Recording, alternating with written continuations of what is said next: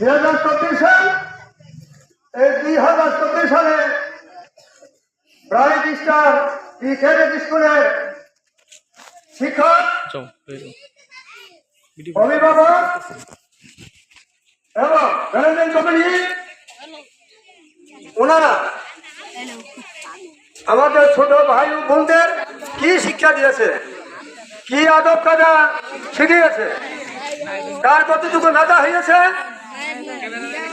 এই সম্পর্কে আজকে 2024 সালের রেজাল্ট প্রকাশ করা হবে। আপনারা আশা করি যারা মা বোনরা আসছেন ধৈর্য সহকারে শুনবেন এবং উপভোগ করবেন।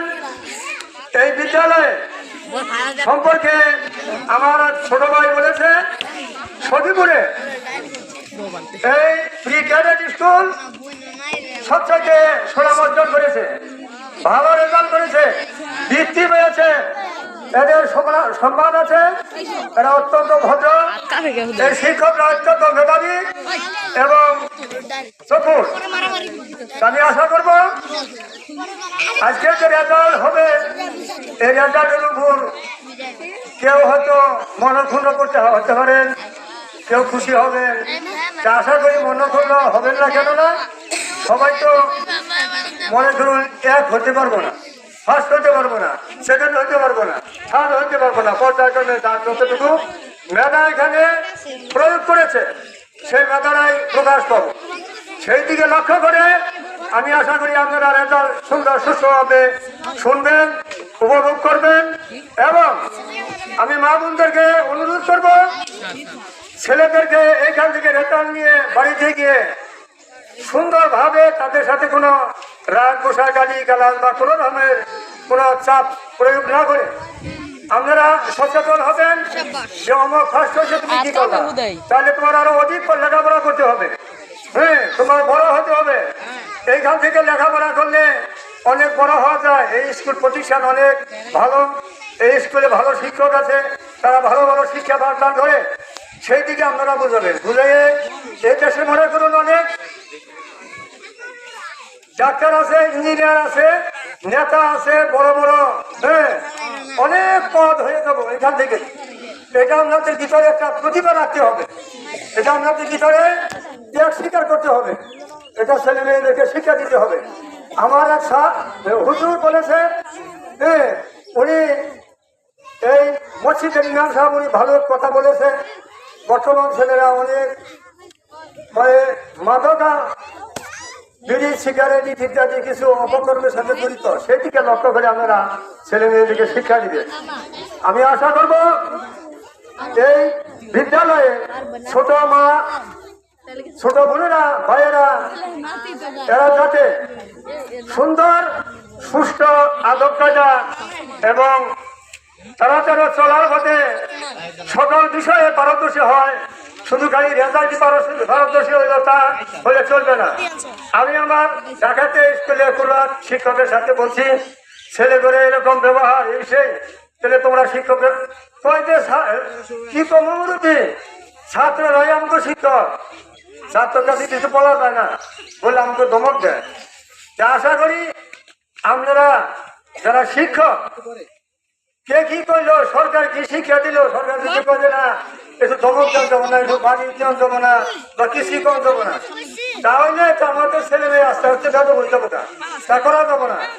কিছুটা আদব কায়দা শিক্ষা, কিছুটা ভালো আদব কায়দা শিক্ষা দিতে হবে, যাতে রাস্তাঘাটে চলাচলে মুরব্বীদের সাথে সালাম আলকি আলাইহিস সালাম এগুলি যেন তারা শিখতে পারে, এদিকেও লক্ষ্য রাখতে হবে। এবং এই জিনিসগুলো সকলের দিকে লক্ষ্য রেখে আপনারা শিক্ষা দিবেন এবং যাতে ভবিষ্যতে আরো ভালো রেজাল্ট করে, ভালো বৃত্তি পায়, সেদিকে আপনারা লক্ষ্য রাখবেন। আমি আপনাদের কাছে কিছু কথা রাখি যে কিছুক্ষণ আগে আমি ওই মাসিয়ার বাৎসরিক ফলাফল অনুষ্ঠানে গিয়েছিলাম, নামলাম যে কোনো একটা ছেলে কোরআন পড়ার জন্য মনে হইলো যে কোরআন পড়ার জন্য এখানে আহ্বান করছে। উনি ওই বাচ্চা বারবারই থেকে গেছে, বারবারই কোরআন না পুরাপুরি ভাবে সে সেটা বলতে পারে না। ওর মুহূর্তে আরেকটা ছেলে কোরআন ধরলো।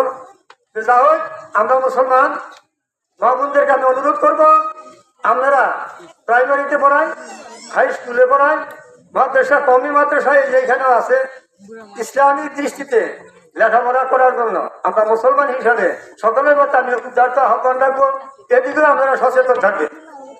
কারণ আমরা মুসলমান হিসাবে পর্যায়ক্রমে যদি আমাদের দিন চলে যায়, তাহলে আমরা মুসলমান হিসাবে দাবি করতে পারবো না আমরা মুসলমান থাকবো না, মুসলমান থাকবো না। কাজেই আপনারা এদিকে খুবই লক্ষ্য রাখবেন। এই যে ছেলে হঠাৎ করে ঠিক গেল, তাহলে এটা একটা খুবই আফসোসের বিষয়, সেটা আপনারা লক্ষ্য রাখবেন মা বোনেরা। যা হোক, এখন কিছুক্ষণের মধ্যে অনেকক্ষণ বক্তৃতা করা হয়েছে, অনেক কথা বলা হয়েছে। 5 মিনিট আপনারা আরো ছেলে মেয়েদের উৎসাহিত করবেন। এবং বর্তমান যে যুগ, আমাদের দেশে তো অনেক কি ছিল, আগে অনেক গরিব আমরা ছিলাম, আমাদের অর্থ উপার্জন ছিল না। আল্লাহ রহমতের দেশ অনেক উন্নত, সেই দিকে লক্ষ্য রেখে ছেলেদেরকে যত্ন নেবেন, সকল দিকে ছেলেদের যত্ন নেবেন, ভালো ভালো কথা বলবেন, উপদেশ দিবেন। সেই দিকে লক্ষ্য যদি না রাখেন, তাহলে ছেলেরা আমাদের আমার পূর্ববর্তী বক্তারা বলে গেছে, ছেলেরা ধরে ধরে যাবো। কারণ একটা ক্লাসে 20 জন ছেলে, সেখান থেকে থাকে মাত্র শেষ মাত্র 5 জন। ওই যে গার্জেনের সচেতন থাকে না, ছাত্ররা সচেতন থাকে না, সেদিকে আপনারা লক্ষ্য রাখবেন। সেদিকে লক্ষ্য না রাখলে চলবো না, সেদিকে পুরাপুরি ভাবেই লক্ষ্য রাখবেন। যা হোক, এখন রেজাল্ট কিছুক্ষণের মধ্যে দিব, রেজাল্ট দিলে আপনারা যদি সহকারে রেজাল্ট শুনবেন। তা আমি আশা করি শিক্ষকদের যাতে ভবিষ্যৎ আরো ভালো করতে পারে, এবং গার্জেন যারা আসুন আপনারা যাতে ছেলেদের আরো ভালো উপদেশ দিতে পারেন। আজকে রেজাল্ট যেন আমাদেরকে প্রাণবন্ধ হয়, আমরা খুশি হই, সকলে আনন্দিত উপভোগ করতে পারি। আমি সকলের প্রতি বলে আমি আমার কথা রেখে আমি এখানে আমার বক্তব্য শেষ করছি। আসসালামু আলাইকুম ওয়া রাহমাতুল্লাহি ওয়া বারাকাতুহু।